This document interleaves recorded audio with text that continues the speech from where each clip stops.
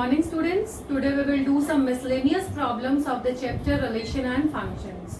हमने complete कर लिया. We have completed this chapter and today we will discuss about the miscellaneous problems. ठीक है? Now the first problem is let this is the miscellaneous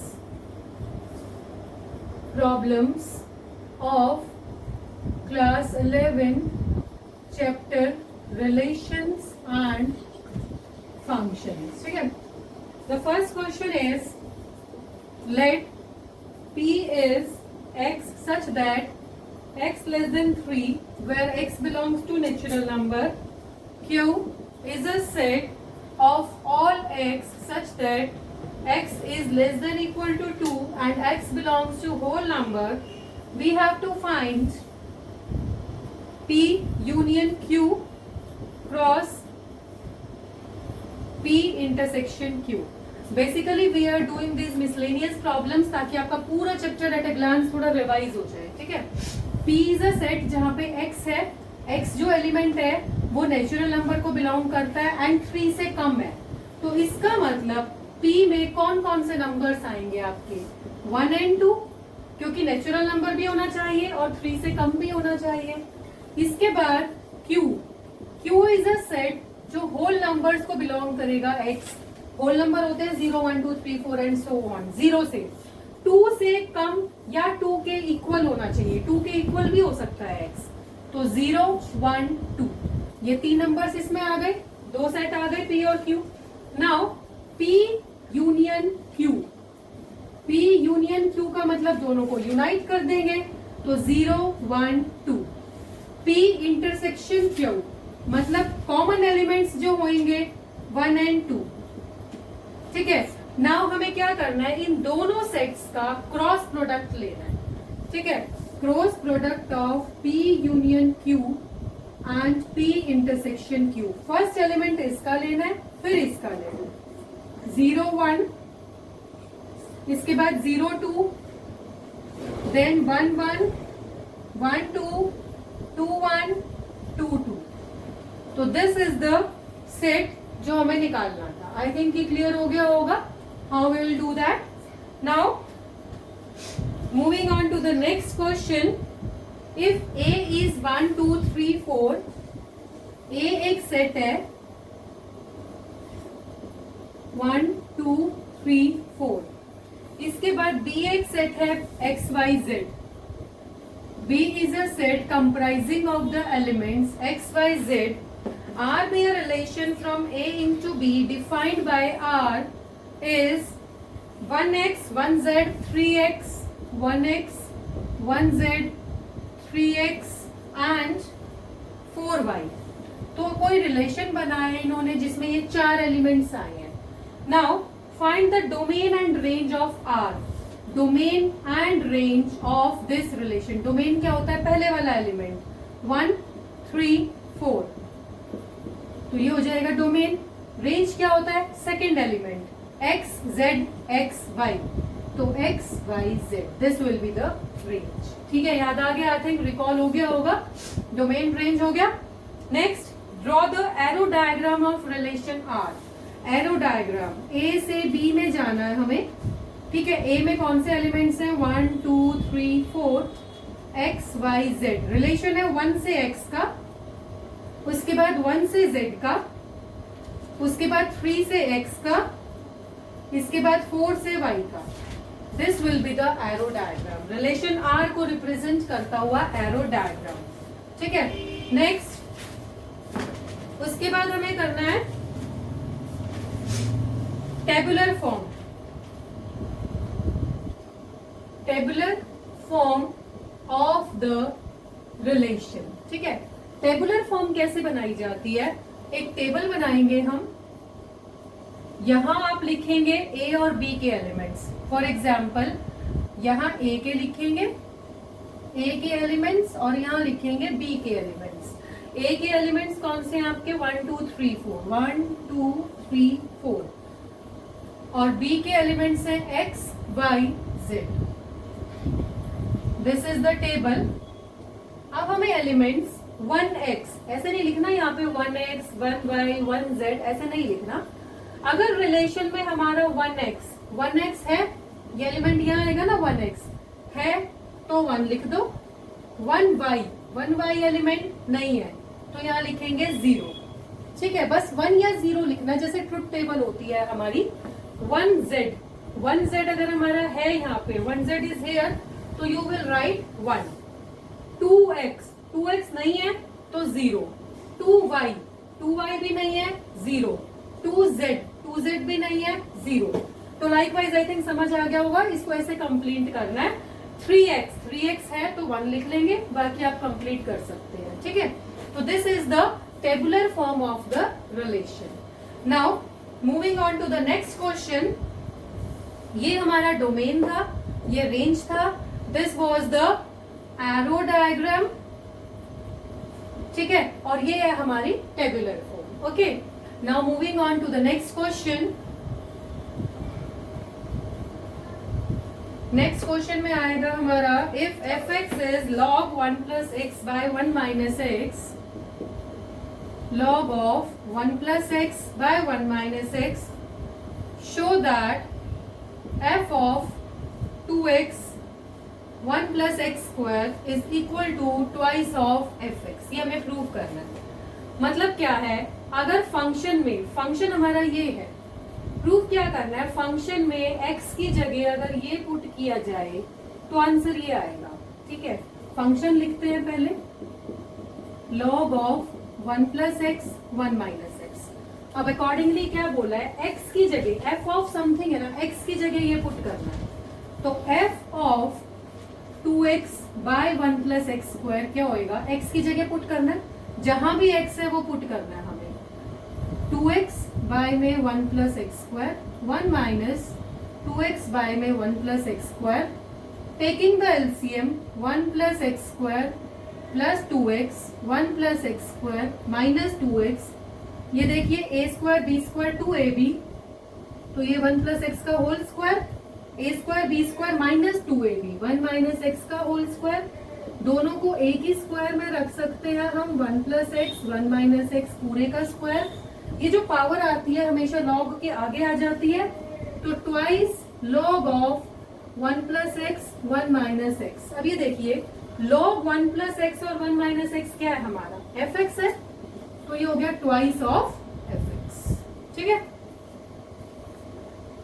तो here we have prove the value कि इसकी value हमारी ये आ चुकी है, यही हमें प्रूव करना था। तो सिंपल सा क्वेश्चन था, जस्ट क्या करना था, x की जगह ये पुट करना था हमें फंक्शन में और आंसर आ जाएगा। ठीक है, नाउ एक और क्वेश्चन डोमेन एंड रेंज पे बेस्ड है हमारा।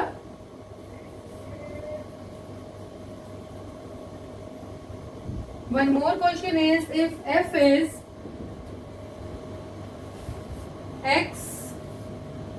x square by 1 plus x square such that x belongs to R, be a function from R to R। R to R का फंक्शन है हमारा, determine the range of f। हमें function की f की ना range निकालनी है। ठीक है, रिलेशन R से R का है ये।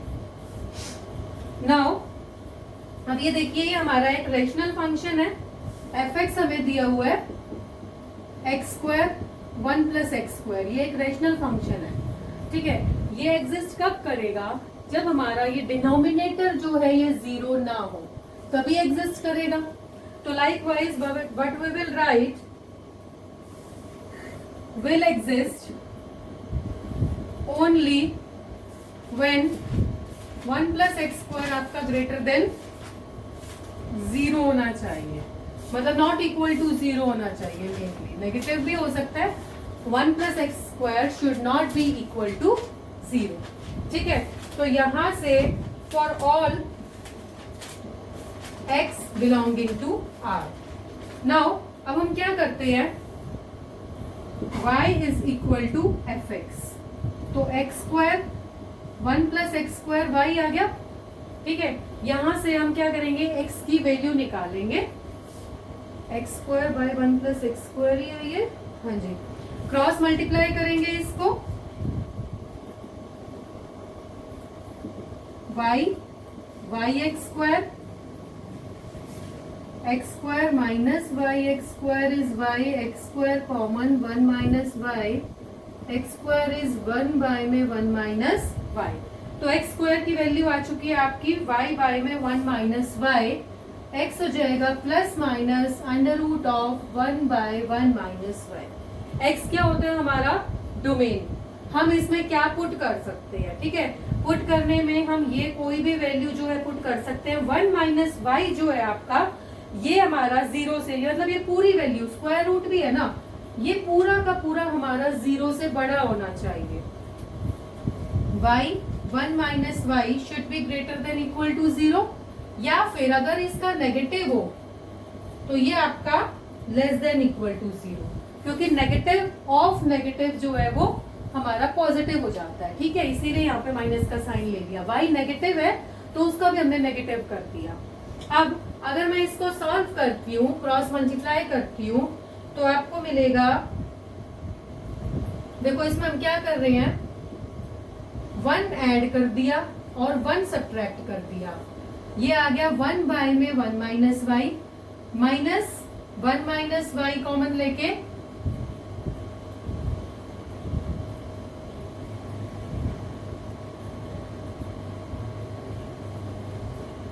इसको देखो 1 ऐड 1 सब्ट्रैक्ट, अब इसको ब्रैकेट में डाल रहे हैं तो 1 minus y by 1 minus y, ये 1 हो गया, माइनस 1 बाय में 1 minus y is less than equal to 0।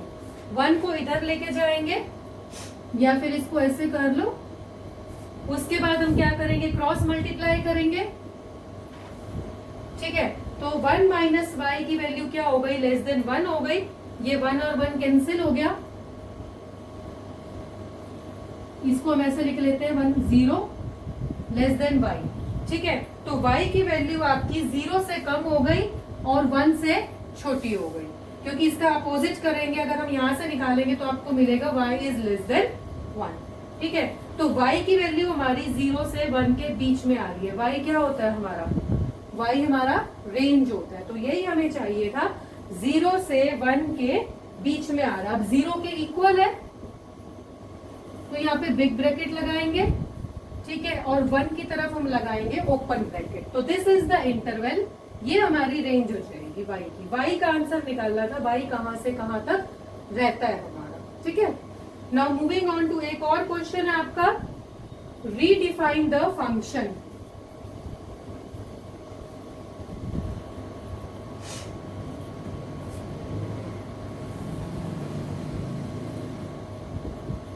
redefine the function, function दिया हुआ है उसको हमें रीडिफाइन करना है, मतलब दोबारा से लिख के दिखाना है, कुछ क्लियर नहीं है यहाँ से, उसकी वैल्यूज हमें दोबारा बतानी है।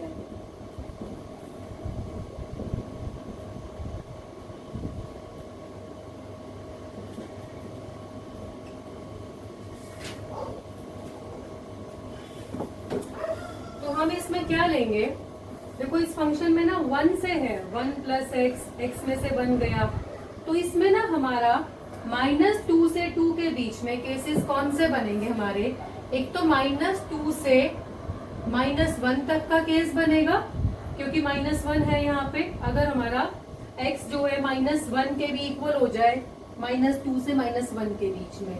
उसके बाद एक केस बनेगा हमारा -1 से लेके +1 तक, ठीक है, क्योंकि अगर हमारा x +1 हो जाता है तो यहाँ 0 होने के चांसेस हैं, तो वो देखना पड़ेगा हमें। उसके बाद हमारा केस बनेगा 1 से लेके 2 तक, ठीक है।